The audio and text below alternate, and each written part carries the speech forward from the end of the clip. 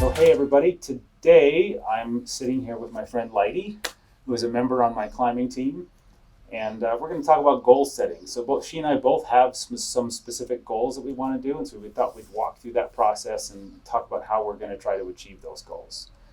And this is a little bit more, not so much an instructional video, but just starting to document my process and Lity's process for going through and trying to achieve some goals that we have. So, Lyti, you have some specific goals. When we talk first about broad goals, what are your big picture goals that you want to achieve in climbing right now? Right now, I want to lead some 11s outside. And I want to be able to do more pull-ups and just be overall stronger and more confident. Yeah, and so for me, my big goal is I want to climb 514. That's something I've never done before. I've got a couple routes in mind that I think can get me there, but that's the big picture goal for me. So maybe now let's break those down. So if that's our broad goal. You want to climb lead 511 outside, right? So you have any specific routes in mind?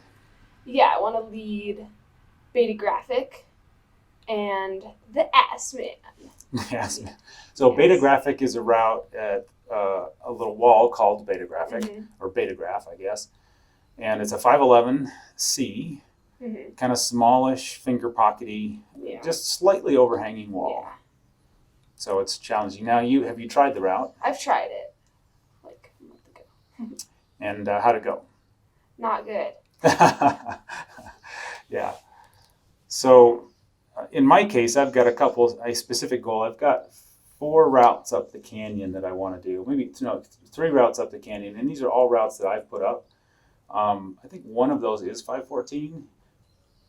What do you think? So let's talk about, so if our goals are to lead 511, or in my case 514, let's talk about our strengths that help us get there. And I know we're both motivated to do it, so that's pretty cool. Well, pretty motivated. I'm pretty flexible, and I think my technique is okay. That's good. Yeah. And that, it's interesting. The motivation part is a huge part of that. Like if you deciding to do something is always the first step in achieving it, right? If you don't actually decide, then you can't go anywhere. Yeah. And that's not the last step. There's lots of little steps along the way.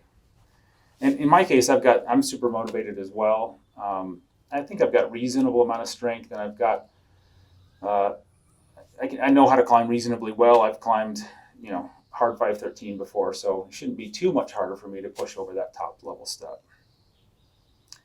Okay, weaknesses. What do we need to overcome? I'm pretty weak. No, I can't, like strength-wise, I'm not that good. Like finger strength and like pull-ups, push-ups. Yeah, so all the important stuff. Just basic strength. and some of the larger muscle strength too. I think I think we haven't measured it in a while, but you were like doing like 2 or 3 pull-ups last I checked. 2. 2. We'll see if I can get there. So 2 pull-ups, and then that limits your power, right? If you want to do some hard moves that require a lot of power, and you don't have enough pure strength to generate that power, that's hard. Yeah. Gosh, I've been working on my nose. I'm getting so bad. What other weaknesses? Sometimes, like, especially near the top of routes, I get sketched out, and I tell myself I can't do it, so I fall. So is that a fear of confidence thing? Fear of heights, or just just confidence? I think it's a confidence thing. You're just like, I'm not strong enough to do this, so I'm going to prove it to myself by not doing it. Yeah. Like, this seems hard. Oh no. Yeah, that inner belief is a huge part of it too. For sure. We talked about the desire, but then knowing you can do something and feeling like you can, and not giving up when something feels hard. That's a big thing too. Yeah. Now I know, in fact, you also want to lead this 511 and the Beta Graph, and also the Ass Man out at that's at Hardware Wall. You want to lead those, and I know there's some issues with leading and taking falls. Yeah, that's a big one. Can you talk about that a little bit? Yeah, I'm really scared of leading, because it's funny because I've been able to lead for the better part of my climbing, and I just still haven't gotten used to it, or climbed anything hard on lead. And I think in your case, it's not, a lot of people have a fear of falling, and the standard message is, oh, let's go start to take some mini falls. And that's really all you can do, I think. But a lot of people will get over that in 2 or 3 sessions. They'll kind of get used to it and feel comfortable. But that's not the case with you. We've been working on it for a while now, and it's still there. So this is not going to be trivial. So, So in my case, the weaknesses are, one of them is just injury. I'm older. I'm over 50.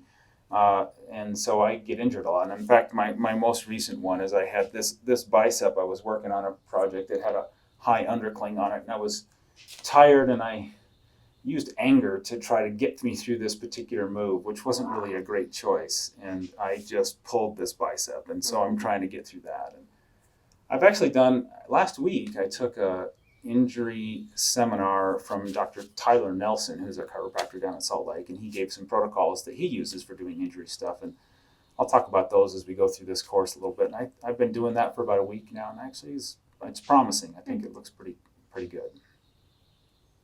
So our next step in this process is we're going to do a strength assessment. We're just kind of put a benchmark down. We're going to do some max hangs and endurance hangs, as well as push-ups and pull-ups, a really simple strength assessment, and see how far that gets us. So anything else?